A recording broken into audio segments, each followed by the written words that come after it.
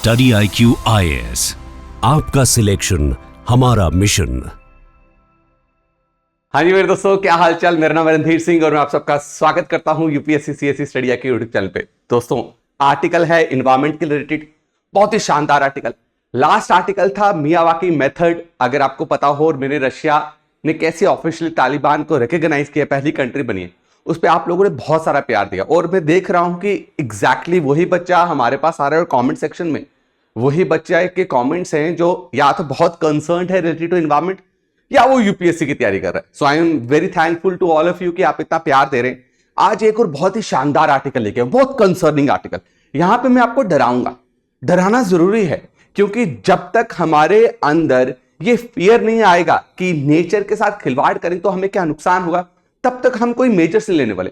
आपको पता है, इवन कि सिर्फ पब्लिक अच्छे से अवेयर हो जाए ना, तो गवर्नमेंट जो है मजबूर हो जाती है at international level also and at national level also to implement policies related to climate change. और अब मेरे दोस्तों, इंग्लैंड की एक यूनिवर्सिटी है, राइट, उनका नाम है प्लाईमाउथ। उन्होंने मेरे दोस्तों एक बहुत ही कंसर्निंग स्टडी करी है, और कंसर्निंग स्टडी में उन्होंने बताया कि ओशंस बहुत बुरी तरीके से तबाह हो रहे। यानी कि यहां पे एक टर्म यूज करूंगा, जीएस पेपर 3 एनवायरमेंट में बहुत इंपॉर्टेंट है, that is ocean acidification. Ocean acidification का मतलब यह होता है, कभी भी आपको अगर ऐसा कोई सवाल आ जाए ओशन एसिडिफिकेशन में, तो याद रखना, इसमें मतलब है जब ओशन क्या करता है, वो एक्सेसिव कार्बन डाइऑक्साइड को एब्जॉर्ब करना स्टार्ट कर दे। जब ओशन में एक्सेसिव कार्बन डाइऑक्साइड आएगा, कार्बन डाइऑक्साइड कहां से आ रहा है मेरे दोस्तों, अब बढ़ क्यों रहा है, anthropogenic factors, we are responsible. Carbon emission सबसे ज्यादा, अगर कोई भी इकोनॉमिक एक्टिविटी करते हो, हम सबसे ज्यादा कोई गैस रिलीज करते हैं, that is what, carbon dioxide. अब हमारे रिवर्स में, इंडस्ट्रीज के थ्रू मेरे दोस्तों, आपका कार्बन डाइऑक्साइड क्या कर रहा है, एंटर कर रहा है हमारे वाटर में। और एयर से भी, एयर वाटर एक्सचेंज में भी क्या होता है, आपका कार्बन डाइऑक्साइड हमारे ऑक्सीजन में एंटर कर रहा है। अब जितना एटमॉस्फेयर में कार्बन डाइऑक्साइड ज्यादा होगा, उतनी ज्यादा क्वांटिटी हमें कार्बन डाइऑक्साइड की ओशंस में भी मिलेगी। और अब ओशंस में जब कार्बन डाइऑक्साइड बढ़ता है, तो कार्बन डाइऑक्साइड के बढ़ने से मेरे दोस्तों एक वीक एसिड की फॉर्मेशन होती है, जिसका नाम है कार्बोनिक एसिड। और इसके साथ प्रॉब्लम क्या है कि calcium carbonate which is present in ocean water, which is very important for organisms. Organisms कौन से मेरे दोस्तों, आपके कोरल्स। ऑर्गेनिजम्स कौन से, आगे मेरे दोस्तों आपके स्नेल्स। ऐसे ऑर्गेनिजम्स जो क्या करते हैं, शेल बनाते हैं, जिनके आगे पीछे बॉडी के पास क्या होता है, हार्ड आपका स्ट्रक्चर बोलते हैं शेल। अब ये जो शेल बनाने वाले ऑर्गेनिजम्स है ना, ये फूड चेन में बहुत इंपॉर्टेंट रोल प्ले करते हैं। यानी कि अगर ये नहीं रहे ओशन में, तो फूड चेन तबाह। और अब कैल्शियम कार्बोनेट जो है बहुत कम हो रहा है। कैल्शियम कार्बोनेट और फॉर्म ऑफ कैल्शियम कार्बोनेट बहुत सारे हैं, जिनसे यही मरीन ऑर्गेनिजम्स इनकी मदद से क्या करते हैं, शेल बनाते हैं अपनी बॉडी को प्रोटेक्ट करने के लिए। बट अब कैल्शियम कार्बोनेट खत्म हो रहा है, क्यों, because of the formation of कार्बनिक एसिड। अब हाइड्रोजन आयन बढ़ रहा है। जब हाइड्रोजन आयन बढ़ता है, तो हाइड्रोजन आयन क्या करता है मेरे दोस्तों, आपका it louvers the concentration of carbonate ion, यानी कि कैल्शियम कार्बोनेट। और जब कैल्शियम कार्बोनेट कम होगा, तो जो शेल बनाने वाले ऑर्गेनिजम्स है, they will ultimately die. And these calcium carbonate को यूज करके मेरे दोस्तों शेल बनाने वाले organisms, they are very very important to maintain the ecological balance. इसी वजह से मेरे दोस्तों क्या हो रहा है, आपका हमारे ऑर्गेनिजम्स खत्म हो रहे हैं, और इसी कॉन्सेप्ट को हम क्या बोलते हैं, ओशन एसिडिफिकेशन बोलते हैं।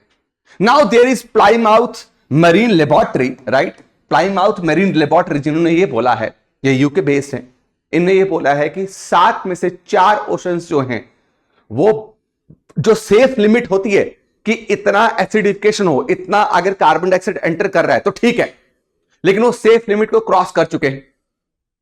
और कारण क्या है, 30% एंथ्रोपोजेनिक क्या हो गया, ह्यूमन ने जो एक्टिविटी की वजह से जो कार्बन डाइऑक्साइड आया है, 30% जो है कार्बन डाइऑक्साइड ह्यूमन मेड, वो ओशंस ऑलरेडी एब्जॉर्ब कर चुका है। इससे क्या होगा, हमारे इंडिया में स्पेशली क्या दिक्कत है, coastal community they are dependent on fishes. Fish dependent है मेरे दोस्तों आपका फाइटोप्लैंक्टॉन्स में। अब अगर मेरे दोस्तों ये गए, तो फूड सिक्योरिटी जो है वो सीधा सीधा थ्रेटन होगी, राइट। हमारे कोरल रिफ सीधा सीधा थ्रेटन हो गए। कोरल रिफ्स को बोलते क्या है, कोरल रिफ्स को बोलते हैं rain forest of the oceans, rain forest of the oceans. अब देखो स्टडी क्या बोल रही है, स्टडी ये बोल रही है 60% of the oceans up to 200 metre of depth, मतलब ओशन सरफेस से लेके उसकी 200 मीटर तक की गहराई में अगर आप देखेंगे तकरीबन ओशन का 60% हिस्सा जो है, जो उसकी एसिडिफिकेशन लिमिट होनी चाहिए थी, उसको सरपास कर दिए। एसिडिफिकेशन लिमिट पता क्या होनी चाहिए? 10%। मतलब कितना एसिडिटी हो उसमें? 10% हो, उससे ज्यादा नहीं।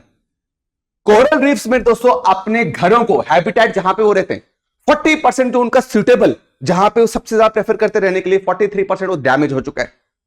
नाउ पोलर ट्रैपोड्स, टेरोपॉड्स क्या है मेरे दोस्तों? याद रखें, टेरोपॉड्स आर स्नेल्स। अब पोलर टेरोपॉड्स का मतलब क्या हो गया?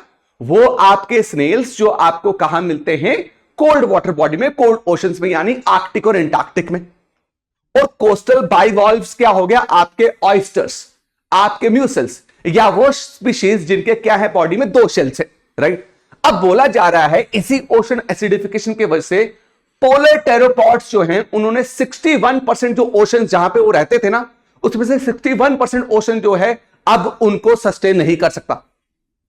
और कोस्टल बाइवॉल्व्स जो खास करके अगर आप देखेंगे बिल्कुल कहां रहते हैं? समुद्री तट में रहना पसंद करते हैं। इनका 13% जो ओशन है अब वो काबिल नहीं है इनको क्या करने के लिए? सस्टेन करने के लिए। और इस स्टडी में यह भी बोला है कि एसिडिफिकेशन ज्यादा कहां पे हो रही है? आपकी पोलर रीजन में, आर्कटिक और एंटार्क्टिक रीजन में ओशन बहुत तेजी से एसिडिफाई हो रहे in comparison to equatorial region. It is because of, अगर मैं आपको बताऊं खास करके आर्कटिक रीजन की बात करें, it is because of what your, अगर आपने सुना हो Arctic amplification, it is Arctic amplification. अच्छा, शुरू में साइंटिस्ट क्या बोलते थे कि ओशन कितना एसिडिफाई हो जाए, ठीक है, तो वो सेफ माना जाएगा। इससे ऊपर अगर ओशन की एसिडिफिकेशन हुई, it is not safe.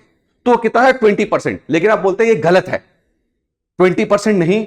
Ocean में कितनी एसिडिफिकेशन अगर हो, safe acidification, that should be 10%। 10% से अगर ऊपर मेरे दोस्तों एसिडिफिकेशन होती है तो दैट इज डेंजरस। यानी कि आज इस स्टडी से पहले पहले हम कौन से थ्रेशोल्ड लिमिट को मानते थे? 20% को। अब हमने बोला नहीं 10%। तो आपको पता है 10% कब से खत्म हो चुका है? 2000 से। साल 2000 से हमने ऑलरेडी इस सेफ लिमिट को पास कर दिया है। जब हमने स्टडी में वापस रीमॉडिफिकेशन करी तो हमें पता चल रहा है कि ओशन एसिडिफिकेशन वाला जो सेफ लिमिट था वो हम साल 2000 में क्रॉस कर चुके हैं। अब देखो आपका क्या है? Aragonite. What is aragonite saturation? Aragonite is a form of what your calcium carbonate, which is used by many organisms to make or to build shells around their body. अब ये saturation जो है मेरे दोस्तों ऑलरेडी क्या हो चुकी है? हमने थ्रेशोल्ड ये पास कर दिया है। अब प्लैनेटरी बाउंड्री फ्रेमवर्क जिसको कौन लीड करते हैं? जोहान रॉकस्टॉर्म। इन्होंने बोला है कि ओशन में एक प्रॉब्लम नहीं फेस कर रहे marine organisms, they are facing multiple problems. मैं बताता हूं क्या मल्टी। एक तो ओशन एसिडिफिकेशन हमने पढ़ ली, दूसरा पॉल्यूशन है कि नहीं? पॉल्यूशन है कि नहीं? ऑक्सीजन की कमी हो रही है, यूट्रॉफिकेशन हो रही है, उसके बाद प्लास्टिक पॉल्यूशन हो रहा है।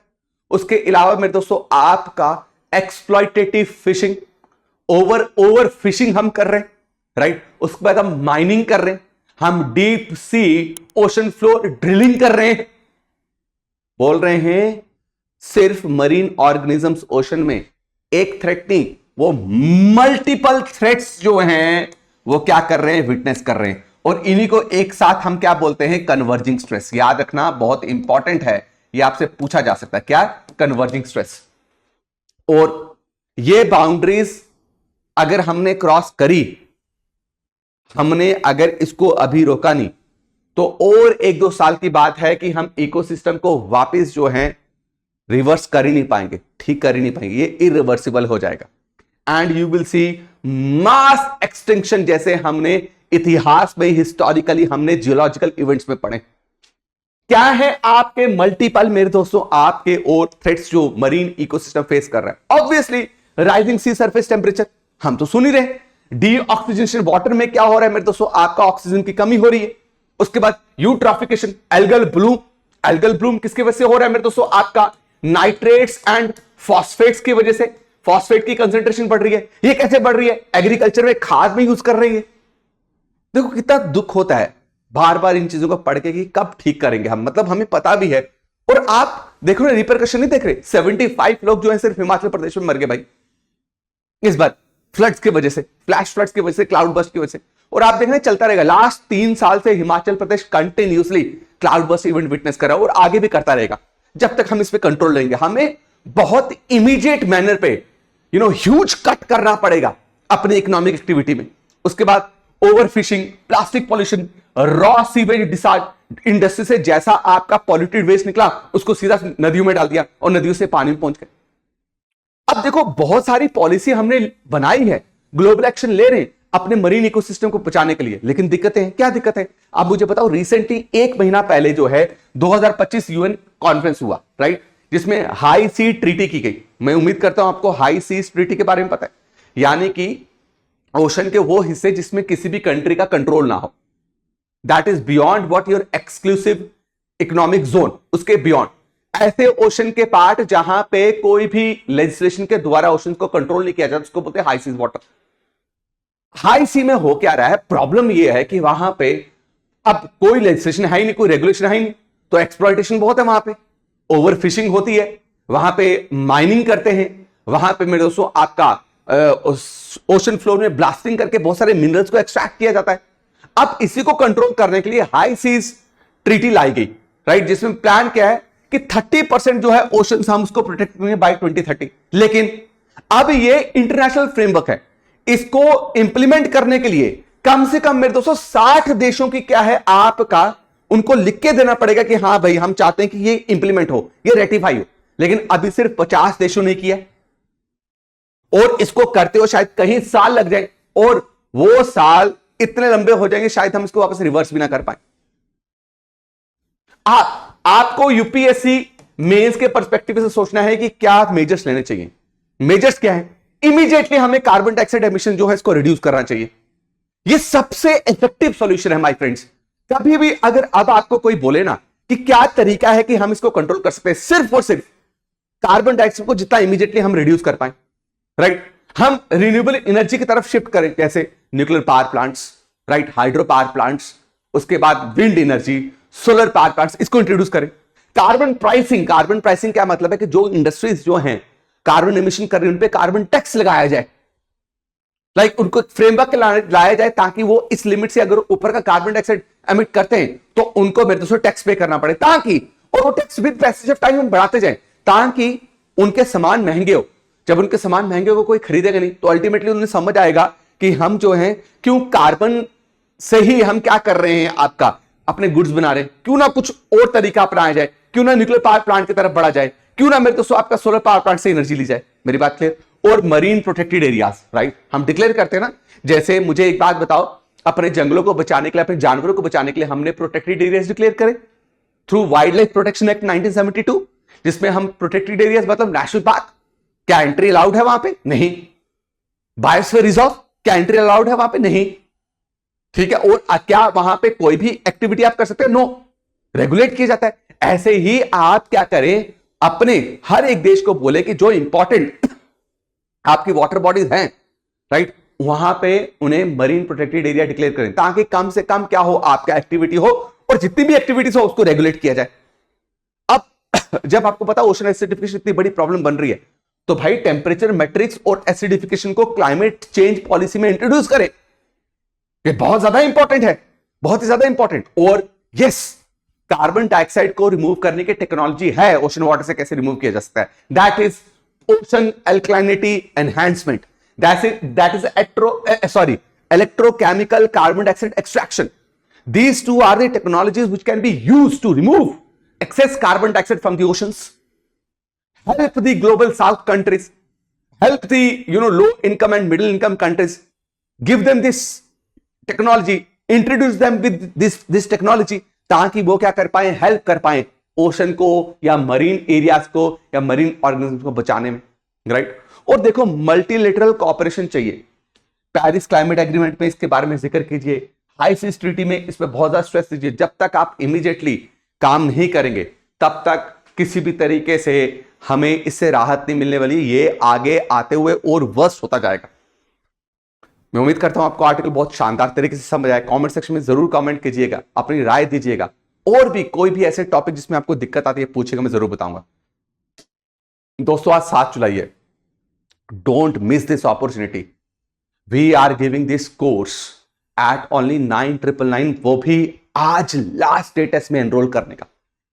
इवनिंग बैच है मेरे दोस्तों, 6 बजे लाइव क्लासेस रहेंगी, और ये इस कोर्स को आप 9,999 में एक ही तरीके से ले पाओगे अगर आप RDX लाइव कूपन कोड को इस्तेमाल करोगे।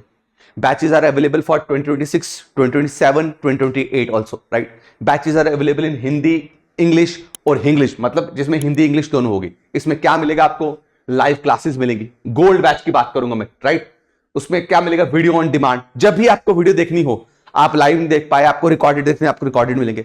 आपको लेक्चर नोट्स दिए जाएंगे, हैंड रिटन नोट्स आपको मिलेंगे। डाउट सेशंस के लिए आपको एक एक चीज बताई जाएगी। उसके अलावा मेरे दोस्तों आपका अभ्यास, डेली क्विज और वीकली टेस्ट जो है ये भी आपको प्रोवाइड होंगे। सिर्फ 9,999, 18 मंथ्स इसकी वैलिडिटी है। Don't miss this opportunity, I am telling you. ऐसी अपॉर्चुनिटी आपको कभी नहीं मिलेगी। आज लास्ट डेट है इसमें एनरोल करने का। तो मिलता हूं आपके इस लाइव बैच में, तब तक के लिए आप अपना ख्याल रखें। सबको जय हिंद, जय भारत मेरे दोस्तों। स्टडी IQ IAS, आपका सिलेक्शन हमारा मिशन।